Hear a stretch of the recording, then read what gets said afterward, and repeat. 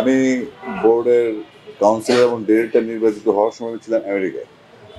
আমি গতকালকে দেশে আসছি। আসার পরে দেখলাম যে অলরেডি লেট, এই জন্য আজকে সকালে চলে আসছি। কারণ এই মাঠের সাথে সম্পর্ক বহুদিনের, 2003-4 সাল থেকে। মাঠে গেলাম, দেখলাম, ঘুরলাম। যেহেতু একটা দায়িত্বে আসছি, আমার মনে হয় দেরি করা উচিত হয়নি, চলে এসছি।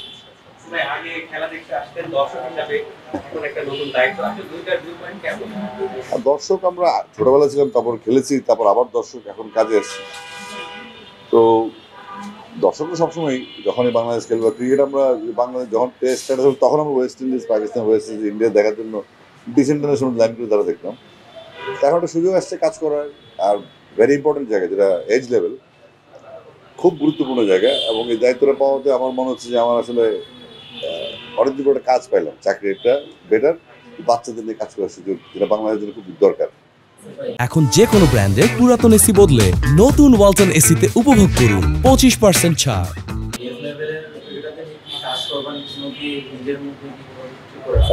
আমি এটা নিয়ে কথা বলেছি আমাদের এক্স ক্রিয়েটর, এক্স কোচেস এবং বিভিন্ন একাডেমিক বিভিন্ন জেলায় যারা আছে। তো এখানে তিনটা এফেক্ট কাজ করে। এটা হচ্ছে অ্যাফিলিয়েশন, যারা খেলে ডিস্ট্রিক্ট লিগগুলো, সেখানে কোয়ালিফাইং নেই, কোনো রেলিগেশন নেই, আবার উত্থানও নেই। তারপরে আসে স্কুল ক্রিকেট কিংবা কলেজ ক্রিকেট, যদি অনিয়মিত অনির্মাণ স্কুল হয় মাঝে মধ্যে, সেক্ষেত্রে আমরা একাডেমিগুলো যেগুলো প্রাইভেটলি ক্লিনিকগুলো চালায়, তাদের মধ্যে একটা একাডেমি কাপ করার চিন্তা করে, যেখানে কোনো বাধা থাকবে না, কোনো স্কুল অ্যাফিলিয়েশন থাকবে না, যারা ওপেনলি যেসব কোচেসরা ক্লিনিক চালায় বিভিন্ন ডিস্ট্রিক্টে, 8টা-10টা ক্লিনিক করতে জেলায় আছে, এবং তারা নিজেদের উদ্যোগে কাজটা করে। তাদেরকে মেন স্ট্রিম আনতে পারলে আমরা অটোমেটিক একটা, আসলে আমলাতান্ত্রিক যেটা লাল ফিতা, এটা ওইটা প্রোটোকলের বাইরে যে কাজগুলো করা দরকার সেগুলো লাগিয়ে শুরু করবো।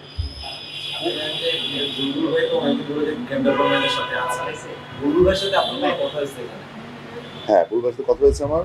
এবং যখন উনি বিসিবির চিফ হন আনঅফিসিয়ালি, আমি লাগিয়ে যে বুলবার সাথে আমার একটা সময় অনেক বড় প্লেয়ার বুলবে, আমি ছোটোখাটো প্লেয়ার, কিন্তু উল্টা দিয়ে ফেলেছে। আমি বুলবে এক টিমে, আমি আরেক টিমে।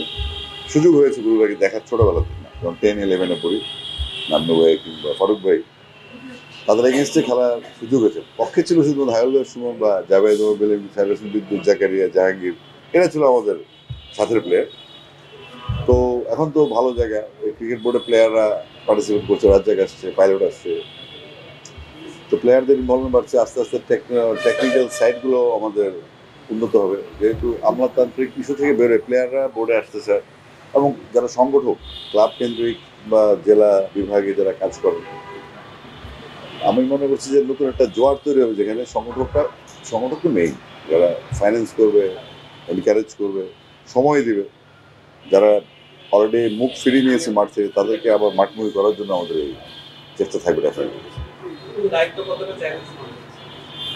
চ্যালেঞ্জ কি, আমি নিজে তো আসলে এজ লেভেলের প্লেয়ার, আমি নিজেই আন্ডার 16 থেকে আসছি। তো অ্যাজ এ গায়ক এটা challenging, as an x cricketer এটা আমার জন্য একটা রেগুলার রুটিন। আপনি এবার যেভাবে দেখেন।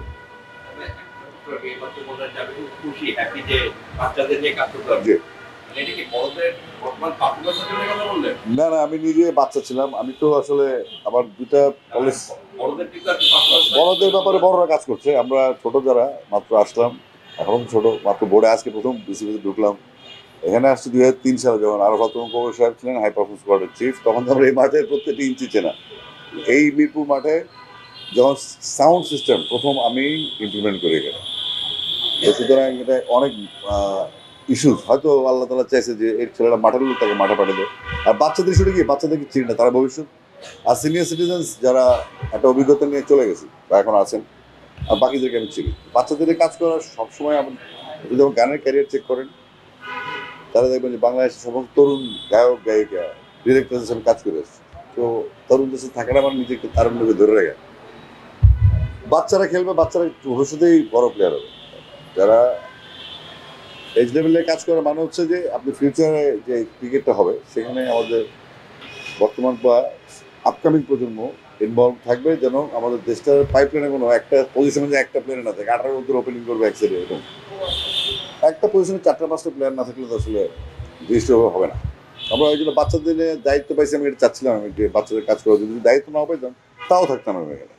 আর মানে এখন সম্পর্ক থেকে যে পাকিস্তান গেমদের যে আপনি যে ডিপার্টমেন্ট আছে স্কাউটিং বলে একটা ব্যাপার আছে। স্কাউটিংটা মানে আমাদের স্কাউটিং সিস্টেম থেকে আপনি কিরকম হবে মানে ধরেন আমরা কিন্তু অনেকটাই মানে আপনার score card based selection policy scout আপনি তো নিজেকে কিন্তু অনেক সময় দেখে দেখে দিলে বিশ্বাস করলো তার মধ্যে ওই জিনিসটা আছে যেটা হয়তো আমরা মাঠে যাইটা বলে স্কাউট রাখা হয় না বলে ওই জিনিসটা পাওয়া যাচ্ছে না মানে জি। স্কাউটিংটা হায়ারিং এটাকে কতটা ইম্পর্টেন্ট আছে ওই স্কোর কার্ড তো একটা ডকুমেন্টেশন, আর ট্যালেন্ট হচ্ছে আপনার ডকুমেন্টের বাইরে।